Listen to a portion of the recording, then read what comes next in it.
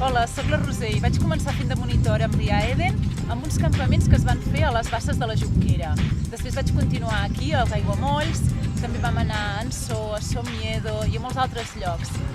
I el que recordo més, he après molta natura, però sobretot el que m'emporto de tots aquests anys aquí són uns estius meravellosos compartint amb amics, coneixent gent, amb els monitors, amb els participants.